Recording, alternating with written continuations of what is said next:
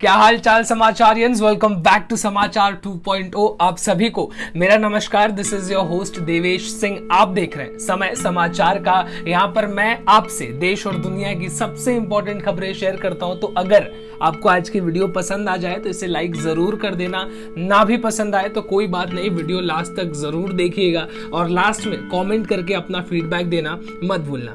आज सबसे पहले कौन सी न्यूज की बात करें तो चलो आज मैं आपको सबसे पहले इंटरनेशनल न्यूज बताता हूं। अब ऑस्ट्रेलिया ने क्या कह दिया है कि जितने भी ऑस्ट्रेलिया के भी सिटीजन्स हैं वो इंडिया में जो फंसे हैं वो वापस ऑस्ट्रेलिया नहीं आ सकते। अगर वो आने की कोशिश करते हैं तो उनको फाइन भरना पड़ सकता है। मतलब मान लीजिए कि जो इंडियन सिटीजन है वो तो ऑस्ट्रेलिया नहीं जा सकता, लेकिन जो ऑस्ट्रेलिया के बंदे हैं वो भी ऑस्ट्रेलिया नहीं जा सकते। जिसके बाद कई ऑस्ट्रेलियंस ने ऑस्ट्रेलियन गवर्नमेंट को काफी ज्यादा क्रिटिसाइज किया। यहाँ तक कि जितने भी क्रिकेटर्स, ऑस्ट्रेलियन क्रिकेटर्स इंडिया में फंसे हुए हैं, उन्होंने भी ट्वीट कर करके काफी ज्यादा क्रिटिसाइज किया। लेकिन इसको जवाब देते हुए ऑस्ट्रेलिया के हेल्थ मिनिस्टर का कहना है कि जहां तक हमारा दिमाग चलता है ये सारी चीजें बिल्कुल भी लीगल हैं और सेफ्टी के लिए ये सारी चीजें की जा रही है, यानी कि अभी भी वो इस चीज को डिफेंड कर रहे हैं। अगली खबर में आपको एक कर्नाटका के प्राइवेट हॉस्पिटल के बारे में बताता हूं, जहां पर शाम को 8 बजे ऑक्सीजन खत्म होने लगा तो परिवार वाले काफी ज्यादा परेशान हो गए। उनके पेशेंट्स को देख के पेशेंट्स की उन्होंने मदद करने की कोशिश की पर कुछ खास हुआ नहीं, क्योंकि ऑक्सीजन सप्लाई वहां पहुंचा नहीं था और जो हॉस्पिटल में ऑक्सीजन मौजूद था वो धीरे धीरे खत्म हो रहा था। 10:30 बजे डिप्टी कमिश्नर भी वहां पर पहुंचे, लेकिन वो भी कुछ खास कर नहीं पाए। हालांकि रात को 2:30 बजे तक हॉस्पिटल में ऑक्सीजन आ गया, लेकिन तब तक मैं आपको बता दूं तब तक 23 कोविड पेशेंट्स ने ऑक्सीजन की कमी की वजह से अपनी जान खो दी।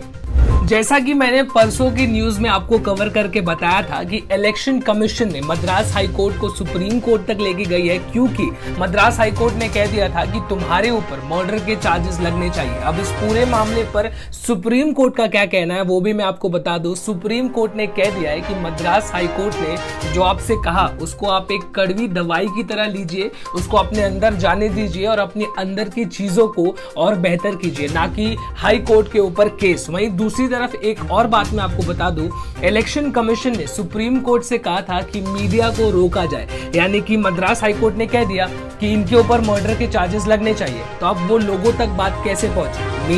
मीडिया हाई कोर्ट के प्रोसीडिंग्स को लोगों तक पहुंचाती है। तो अब इनका कहना है कि मीडिया हाई कोर्ट में या किसी भी कोर्ट में क्या बातचीत हो रही है उसको लोगों तक ना पहुंचाए, जिसके ऊपर सुप्रीम कोर्ट का कहना है कि बिल्कुल नहीं, हम ऐसा नहीं कर सकते। आज के डेट में मीडिया को इस तरीके से नहीं रोका जा सकता।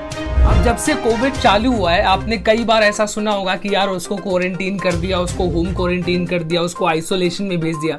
लेकिन क्या आपने कभी सुना है कि किसी प्लेन को आइसोलेशन में भेज दिया, किसी प्लेन को क्वारंटीन कर दिया गया? मैं आपको बताता हूं, दिल्ली से अमृतसर और अमृतसर से रोम जाने वाली फ्लाइट जिसके अंदर 240 पैसेंजर्स मौजूद थे, 240 पैसेंजर्स माइंड यू, उस पूरे एयरक्राफ्ट को, जो एयर इंडिया की एयरक्राफ्ट थी, उसको क्वारंटीन कर दिया गया। क्योंकि जब वो फ्लाइट अपने मुकाम पर पहुंची, वहां पर उतरने के बाद उसके अंदर सारे पैसेंजर्स और जो प्लेन उड़ा रहे थे पायलट, उनके टेस्ट किए गए। तो उसमें से 23 पैसेंजर्स और जो कैप्टन जो उस प्लेन को वहां तक लेके गए थे, ये 24 लोग कोविड पॉजिटिव निकले। जिसके बाद 10 दिनों से, अभी तक 10 दिन हो चुके हैं, उस पूरे फ्लाइट को क्वारंटीन करके रखा गया। बिहार में बीजेपी की सरकार, और प्रोमिनेंटली बोलूं इंडिविजुअली तो नीतीश कुमार की सरकार, जिससे बिहार की हाई कोर्ट काफी ज्यादा नाराज है। पटना हाई कोर्ट ने कह दिया है कि नीतीश कुमार की सरकार कोविड के सिचुएशन को कंट्रोल करने में बिल्कुल भी फेल हो चुकी है, क्योंकि लगातार कोविड के केसेस बढ़ रहे हैं। एक्सपर्ट्स ने ये तक कह दिया था कि आप लॉकडाउन लगाएं, लेकिन सरकार ने जरूरी मेजर्स नहीं लिए, जिसके बाद हाई कोर्ट ने नीतीश कुमार को लगाई फटकार।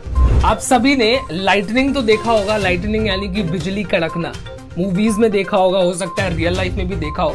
तो कैसा होता है कि जब भी बिजली कड़कती है तो बहुत बार ऐसा होता है कि वो बिजली जमीन पर भी गिरती है। मतलब आपने सुना होगा कि नहीं बिजली जमीन पे नहीं गिरती, वो बस आसमान में कड़कता रहता है। मतलब मेरे मम्मी पापा तो यही कहते हैं कि बिजली जमीन पर नहीं गिरती, लेकिन ऐसा होता है। अभी मैं आपको मराठवाड़ा की कहानी बता रहा हूँ, जहाँ पर कुछ लोग गाड़ी से जा रहे थे, कुछ लोग बाइक पर बैठे थे, कुछ लोग फोन पे बात कर रहे थे। मराठवाड़ा की बात बता रहा हूँ, बिजली गिरना शुरू हुई, उस बिजली ने जमीन पर भी गिरना शुरू किया, जिसके बाद उसकी वजह से 10 लोगों की मौके पर जान चली गई। चलिए, अब मैंने आपको काफी सारी इंफॉर्मेटिव बातें बता दी, अब एक इंटरेस्टिंग बात बताता हूँ ताकि वीडियो थोड़ी सी इंटरेस्टिंग बनी रहे। हम सब ने अपने माही की फिल्म जरूर देखी होगी, MS Dhoni the untold story. उसके अंदर MS धोनी की बीवी का किरदार कियारा आडवाणी ने निभाया था। तो रियल लाइफ में जब MS धोनी ने शादी की थी साक्षी के साथ, तो साक्षी ने जो जोड़ा पहना था वही सेम जोड़ा कियारा आडवाणी ने अपने उस फिल्म की शूट के दौरान पहना था। यानी कि जो फिल्म में सीन है जहां पर ये दोनों की शादी हो रही होती है, कियारा ने जो जोड़ा पहना था वो बिल्कुल भी वही जोड़ा है जो असली शादी के दौरान पहना गया था। चलिए, अब वैक्सीन पर बात कर लेते हैं। मैं आपको बता दूं, मंडे से प्राइवेट हॉस्पिटल्स में वैक्सीनेशन की शुरुआत हो चुकी है। वैक्सीनेशन के लिए प्राइवेट हॉस्पिटल्स 850 रुपए ले रहे हैं। कोविड शील्ड वैक्सीन लगाने के लिए कई प्राइवेट हॉस्पिटल्स 850 रुपए ले रहे हैं। लेकिन अगर आपको अभी भी फ्री वैक्सीन चाहिए तो BMC का कहना है कि कुछ दिनों के अंदर हम 45 साल के ऊपर वाले लोगों को भी वैक्सीन लगाना शुरू कर देंगे, वो भी बिल्कुल मुफ्त में।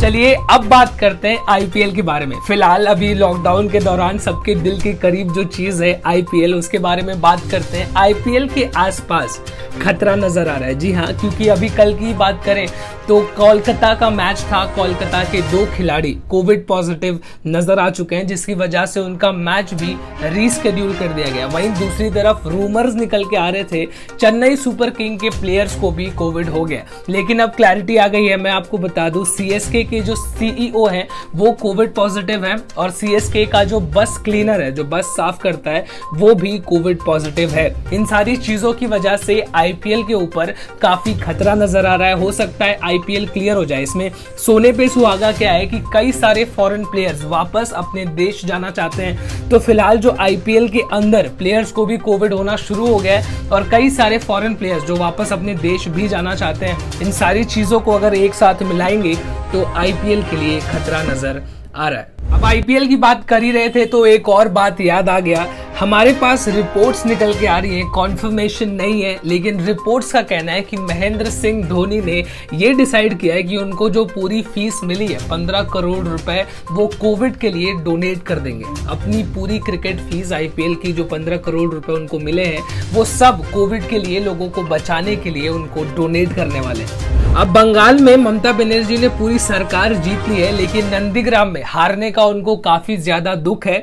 अब वो पूरे बंगाल में जीती हैं तो उन्होंने कहीं भी नहीं बोला कि EVM की गलती है कि हम जीत गए, लेकिन नंदीग्राम में वो हार गई हैं तो उनका ये कहना है कि नंदीग्राम में EVM के साथ छेड़छाड़ की गई है। उनका ये भी कहना है कि जितने भी इलेक्शन कमीशन के लोग हैं उनके ऊपर बंदूक रख के जबरदस्ती मुझे हराया गया। मैं आपको बता दूं, ममता बनर्जी 1956 वोटों से नंदीग्राम में शुभेंदु अधिकारी के साथ हारी है, लेकिन फिलहाल उनका ये कहना है।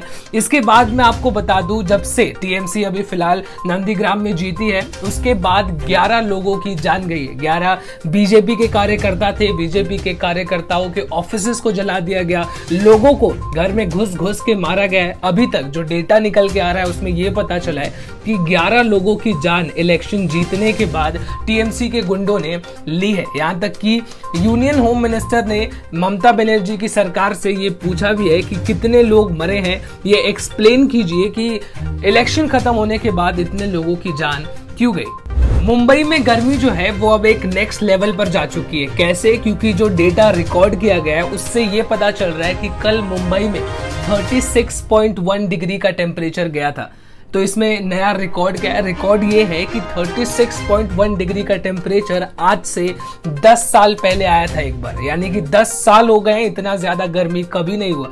हम लोग भी जो ये शूट कर रहे हैं आपको दिख नहीं रहा होगा, लेकिन पूरी शर्ट जो है मेरी वो गीली हो चुकी है। मतलब इसका गर्मी से कोई खास लेना देना नहीं है, क्योंकि हम लोग सब बंद करके भी शूट करते हैं तो उससे भी गर्मी होती है। लेकिन मुंबई में जो गर्मी वाली बात है वो बिल्कुल भी सही है।